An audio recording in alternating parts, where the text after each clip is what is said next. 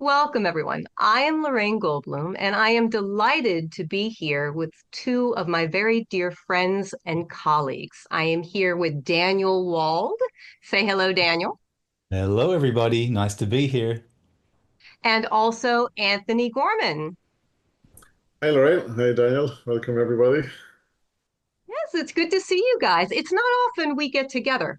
It's not often we get together just to chat. Anthony, you're in Ireland. You teach for Europe. Daniel, you're teaching for Australia, Southeast Asia. I'm in New York and I teach for North America. And we all teach something called Vortex Healing. But with the magic of Zoom and the internet, we have the opportunity to get together and we thought we would just share a conversation about what makes vortex healing unique and address some of the frequently asked questions that we get about how classes are structured and what it's like to be part of the community. We all do our own events. We offer online healings, we offer introductory events, but we thought that it would be a great opportunity to just share in conversation about work that we absolutely love and has made a big difference in our lives. So, in terms of the questions that we often get, probably the one that I get most often, and maybe it's the same for you guys, is really what makes vortex healing so unique? What makes it different from a lot of the stuff that's out there? Well, I start, so what makes us unique? In my view, let me say a small bit about kind of starting vortex healing as well, like meeting it in my life. So what makes it unique is that when you're meeting vortex healing, um, it's you're not just meeting as a system of a workshop or a healing. It's you're meeting this presence of Merlin. So it's like meeting a person for the first time. You're not meeting the person as what they're going to tell you or their story or their history. You're meeting them as a being, as their presence, as their person. And either that interests you or it doesn't interest you. So when I met Vortex Healing for the first time in 1995, and it was just on a piece of paper with a picture of Rick Wyman, who's the founder of Vortex Healing, on the piece of paper, talking about Vortex Healing. I was meeting more than just a piece of paper, and I was meeting more than just a picture of Rick, which wasn't a very good photocopy hanging on the wall. There was some sort of presence that just came from the paper that instantly attracted me. I was leaving work late, wanting to rush home, and this piece of paper just grabbed me. So there was literally a presence from the piece of paper itself that says, "Hey, look at me," and the language wasn't quite familiar to me at the time, even divine energy healing and learn to be a healer and stuff like that. But I instantly just was attracted to it and just like wanted to go to this workshop. And I remember ringing up hoping that I would be allowed onto the workshop, and full of trepidation. And the woman on the other side of the phone says, "Yes, we will allow you to be here." Um, so that was like the first sense of the magic of it, because without knowing anything about it, there was something about it that just attracted me, and it turns out that that something is Merlin. It's this avataric presence. I didn't know what the word avatar was even, and it wasn't written on the poster about avataric presence. And that's in language I would learn later to call it that, to label it that. Um, so I went to the workshop, met Rick Wyman, who was the facilitator of the workshop and our current day founder of Vortex Healing.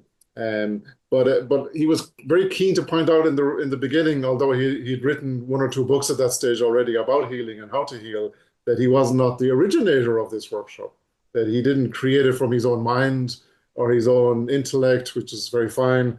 That this was more like a revelation, but more than a revelation.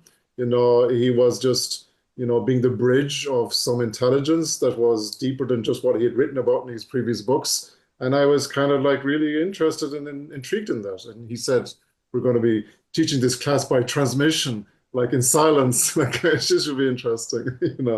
And it was so interesting. I was so intrigued, and he had great stories and was very engaging. And at one point in class, I was just in tears. I didn't really even know why. And people were looking at me, kind of go, "Is he okay?" My heart was being touched by the magic, which was Merlin, and my heart was just responding that with tears. Um, And as the class went on and we were all still here, nobody had left, and we were practicing healing and doing healing, which I had some familiarity with. It just stayed with me. And he had some pictures with him then as well. He had a picture of Mother Mira, who's a divine avataric channel, and Mother Amma, who he was referring to as an embodied avatar. And Neem Karoli Baba, he was referring to him as an avatar. I was kind of going, who are these beings? And he was saying, well, Merlin is like that. Merlin was a being like that beings who are living today, but he lived just many years ago, around 5,500 years ago. But this is his teaching, this is his energy, this is his presence, this is what we're connecting with, this is what is bringing the tears, you might say, So I remember, at the end of class, we did a meditation, and in the meditation, my whole sense of self and personality just disappeared. It was just like fainting. I might have fainted, I'm not sure, But when I came back, I had to sort of, like a little bit of like a Byron Katie experience. I had to reconstruct my sense of being a person. I like out of the light, I re-emerged, and as I re-emerged, somebody was telling a story about this visualization they had. And actually, I had the same one before I had disappeared into the light. So the vision that they were having, and Rick was in it as well. It's like we were having a shared, there was three individual people, but we were somehow sharing in the same sort of vision of something. And I said, that's really strange. What's orchestrating this for people, to that level. And then when I finished workshop and went home, and I went back into the house where I once lived and still lived, I didn't know who lived there. I had significantly transformed in the course of 5 days. And then I met my mother, and she wasn't that pleased because she had a dream that I died. And I said, no, I'm not died. I'm actually have become more present, and I'm really here, and I hear you. But she wasn't happy. She wasn't convinced. She thought that I had doing some weird, strange workshop, and why had I died? And I said, well, I didn't die, but I do feel quite different. So that was my introduction to vortex healing. Rick didn't have much written about it at that stage. Maybe 3 pages of notes we took home from class, but I could channel the energy. So one of the guys in class wasn't living not far away from me, so we would meet up for exchange healing. So by doing exchange healing, we learned more and more about it. We'd watch Star Trek do this exchange healing. This was our routine. It is incredibly transformative, isn't it? That It was foundational incredibly, class yeah, yeah. to be And doing, met by the divine in that way is incredible. yeah. But what kept us going then was doing the healings, because he would do a healing on me and I would do a healing for him, and then we would do a healing on me and do a healing for him. And I'd come in for a healing feeling really terrible, and we'd do a healing, and half an hour later I would kind of go, wow, I feel so much better from this. This stuff really works. So in the next class Rick did, which was the foundational training again, guess who was there? I was there. Rick looked at me and says, oh, it's you again. And I said, yeah, I'm back. I'm back to do this again. And it was as good again the second time around, and the third time, and the fourth. Rick got used to me. I would just And you're still here. I'm still here. That was 1995, and this is now. So I'm still here. So that's my meeting with Merlin and Rick and Vortex Healing. And Daniel, over to you. So I met Merlin in an interesting way. My story with my experience with healing and awakening started at a very, very young age, around six years old, where I had my first existential crisis. What happens at the end? What happens at the end? I was way too young to verbalize or to communicate that with anybody. So on one hand, it started an amazing exploratory path of spirituality or awakening and healing, and sort of trying to figure out what does all this mean? What's actually the truth of all of this? And that was amazing. But on the other hand, it also created what we would call issues. It created the first where I could track back to digestive issues and things from my physical reaction to that created all sorts of stuff that was going on in my body, in my system, and also emotionally. I grew up being very happy, pleasing people, always with a big smile, but I could also sense that there was this little gap between who I was and who I was showing myself to be. There was always this feeling like that's not quite who I am. And people would say, "Oh, you're a very nice boy," and you would do nice things. And on one hand, again, it's good karma, always doing good deeds and helping. But there was still something there was a gap there. There was a gap there that kept me. And you're aware of the gap. You recognize it. That's a key I, thing that you are aware I and recognize it.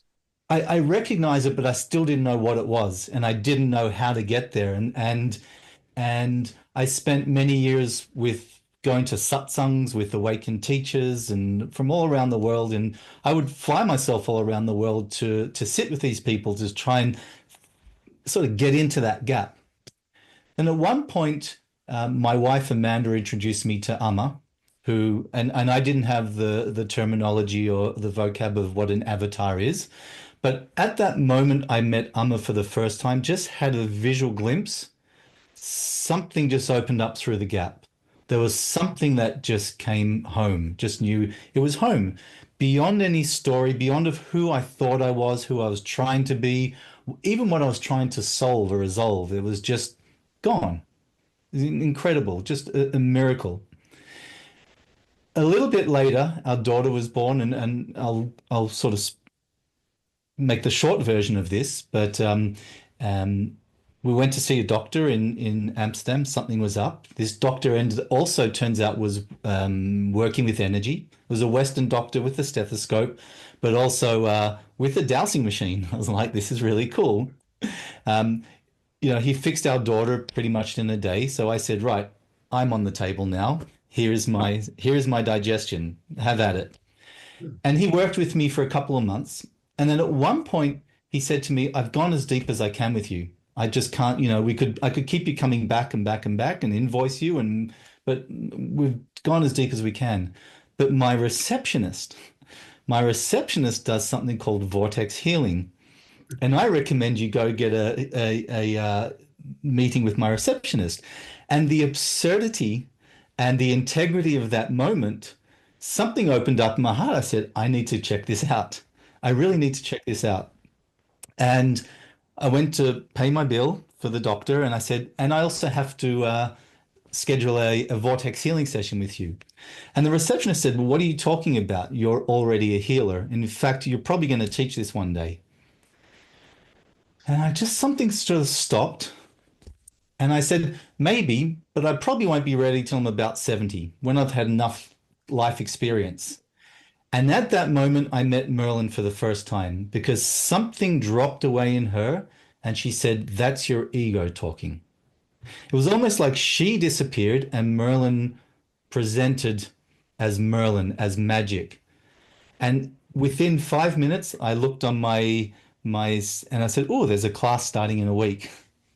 And I was like, okay, this is cool. This is cool. And just to finish off the introduction here, the first morning I arrived in class, there was that same presence. And like you, Anthony, I didn't have a resonance with the vocabulary or with the terminology. Even Merlin for me wasn't interesting as a word or what I thought Merlin was as a sort of a concept. But that same presence, that same being at home beyond who I was trying to be, who I thought I was, it was just in that room on the very first morning. And I just knew I'm just home. That was Nice. it. Yeah. And I was done. Not the And you're relative there. still here. I'm still here. Well, I'm glad you're both here. That's beautiful. So you both felt called, like there was something beyond yourselves that sort of brought you to this moment, brought you to this work, brought you to this lineage. I kind of just stumbled into it, but Something is but best. before I sort of go into that, I think for me the thing that makes vortex healing so unique that I continue to marvel at every day is that there's a lot of interesting work about awakening out there and a lot of wonderful awakening teachers. There's a lot of wonderful healing work going on. And a lot of very gifted healers are doing miraculous things. But where the healing and the awakening come together as one thing, that is vortex healing.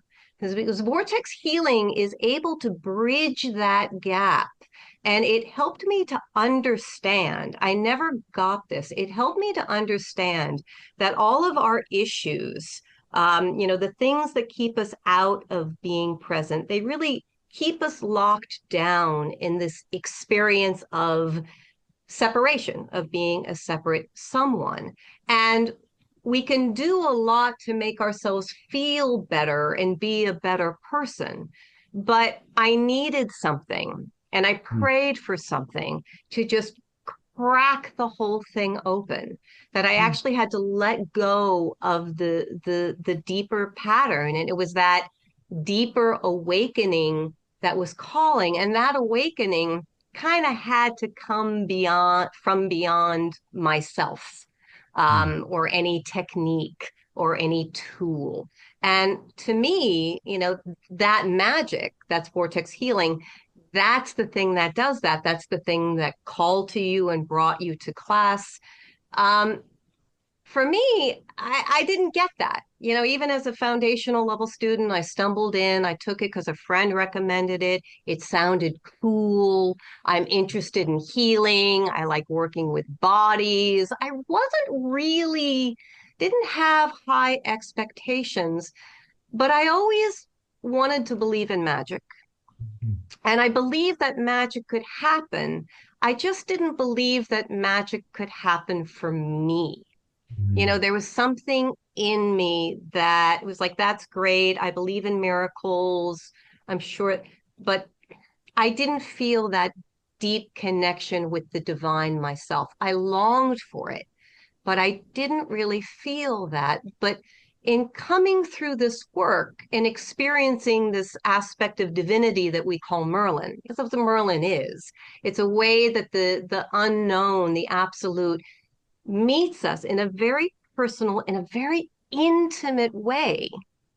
I felt like you were saying, Anthony, I felt touched. It moved me to tears that the unknown would organize itself in Yeah. such a way that it could say, I'm here, and this is my process. This is the divine's process. And you're with me on this wonderful ride kind of thing. And then I could just relax and I started taking classes just for the fun of it. I Mm. had no ambition to be a Yeah, it's professional enjoyable. healer, It's an much enjoyable less process. Yeah. a teacher. It was a guilty pleasure. Mhm. And so I enjoyed Rick Wyman, the founder of the lineage. I think he's entertaining. As you said, he has great stories.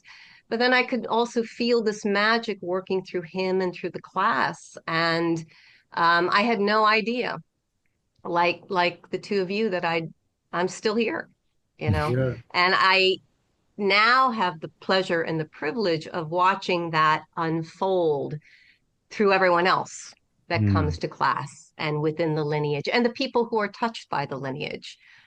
So, to me, that's what makes magic unique. It's the way that the awakening and the healing come together in this incredibly magical way where the divine touches us. Um, Mhm. Thank God it found me. That's Yeah. all I can say. One thing I always liked about it is that everything in vortex healing um, is it's very practical.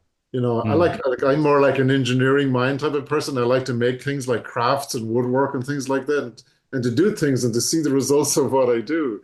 You know, and at one point in my journey, I had lots and lots of books on my bookshelf around lots of different subjects got to do with this. And one day got up and I looked at all the books and I said, I'm done with all of that.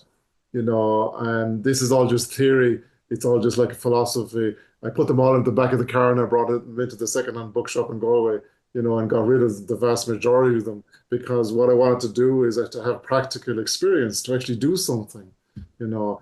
And everything in vortex healing was like that. I could do something. I could see the results of what I did, you know. And the things that Rick would describe in terms of what's going on with the energy and things like that, it wasn't the theory of it, it was the observation of it. Mm. That this is, it's like working with wood, that this is how it moves. This is how any material you work with, how it moves, Mm. So um, that what he was talking about wasn't just the theory of life. It was like an observation of that if I get up in the morning and this is what happens, and I go for a walk and this is what the trees look like, and I'm describing this is because it's what I sense, it's what I see, it's what I feel, it's what I'm experiencing, and vortex healing had all of that. Just to add to that, Anthony, if I may, it's wonderful to see that all sorts of people can have those same practical results. They could be seasoned healers or have psychic abilities and can really see energy and see the subtleties of the body. Or they may be somebody just stumbling in that Yeah, which was has a me. I stumbled in. Yeah. Mhm. and has a curiosity and an openness, but doesn't really feel like they know what they're doing. Yeah. There's just some sort of mental structure that doesn't feel like it's doing what it should be doing, but it does it, and it still gets the same results. And there's the miracle of magic in there as well, where it doesn't matter who you are or what what you think your capabilities are, because it doesn't really matter what our capabilities are as long as there's an open heart and an open will and a sort of surrender that comes through. Everything is performed and intended and created by the divine. Exactly. Yeah. Yeah. Because when you're channeling the vortex energy of Merlin and the presence, it's bridging divine intelligence. So you're following what that intelligence, it's not following intelligence of what I want to do. We're following the intelligence of what it's manifesting. And Yeah. then you're sensing and feeling that to whatever degree for everybody, but then the results are the same for everybody. And Mm. I remember one example where Rick was in England, and we met this guy who was the editor of a magazine in England. And one of the demonstrations Rick liked to do with vortex healing was to do a vortex healing on a musical instrument. So he had this girl with a violin, and she played the violin. And the editor was there, and I was there just as a kind of a looker in, or I just happened to tag along as a student, and Rick did a healing on the violin, and the she played it again, and it was quite different, more beautiful and softer. So it was like a demonstration that channeling this energy is changing the quality of the musical instrument. But then the editor looked at me and I said, "What about him?" So he's one of your students. And Rick went, "Oh, yeah, he is." And then he said, "We have a guitar here. Why not have him do a healing on the guitar?" And I was like, "Oh no," But oh yes, of course, why not? So they played the guitar. I did a healing on it, hoping for the best because you don't, didn't, you're just following the system of how to do it. And, yes, it was remarkably different. The editor looked and he wasn't just he had to be convinced. And he was convinced. He said, yeah, so he said the real magic wasn't that Rick could do it. The magic was that Rick could have me do it. And that's the Mm. whole point of vortex healing, that it's not being taught by the teacher, it's being Mm. taught by the divine intelligence of Merlin. He's passing Mm. it on by transmission. So regardless of my level of ability or not to do it, I could do it. Not because I know how to do it, because the Right. energy knows how to do it and does it because it's a process of transmission. But it really is an incredible demonstration, that work done with a musical instrument, because when you think about it, a musical instrument has no bias. Yeah. It really is a perfect demonstration of magic. And to your point, Daniel, a lot of people worry that anyone can do it. A lot of people worry, oh, I'm not psychic enough. I don't have enough background in spiritual practice or meditation. That's not a prerequisite. Yeah, I didn't have any If of that you're when I meant to be there, if Mm. it touches you, if it piques your curiosity, you're in the right place. Yeah. Because that is the path unfolding, the path of healing, the path of magic, and the path of awakening. And just to add to that as well, you don't need to be a practitioner or want to be a practitioner to say, I am going to be a healer. Most of our students are on their own journey of self-discovery and awakening for themselves. For some, it's a part of their calling or part of their path to serve others, to help others on their paths. But generally speaking, people are doing it from their own self-awareness and their own healing and awakening. Some like us are curious and it's like, what's all this about?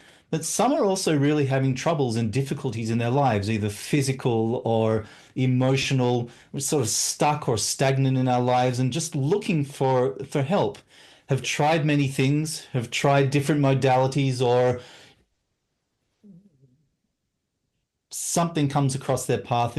One person, just to talk about how people um, find vortex healing, they weren't sure quite 100% whether they were going to do it or not.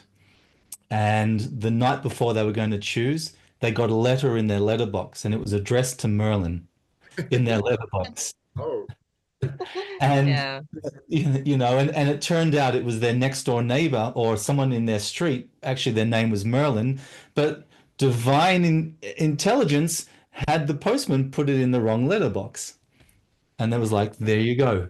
this So, was the anyways, I just thought I reassurance, would was it? I'd just Yeah. do a little anecdotal story there for you on some magic there of Merlin. When magic finds you. A lot Yeah. of the people that I'm getting in my classes, this may be the same for you, they're not necessarily interested in healing, although pain is a great motivator. Mm. But they're drawn to the awakening element of it. But either way, very often, we become seekers from a place of trying to work with or manage our pain, be it physical pain, psychological pain, or spiritual pain, that longing to connect to the divine.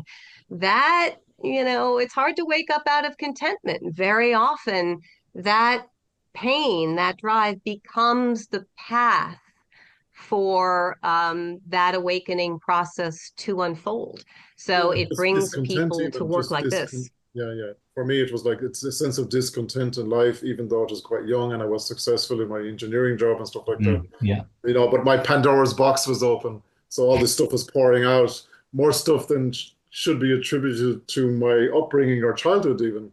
So there's an Mm. awareness there that where could all this Pandora's box stuff be coming out of? I needed something to help me deal with that. Mm. That's why I came to things like vortex healing because I needed something to help manage that process, and vortex healing certainly did that.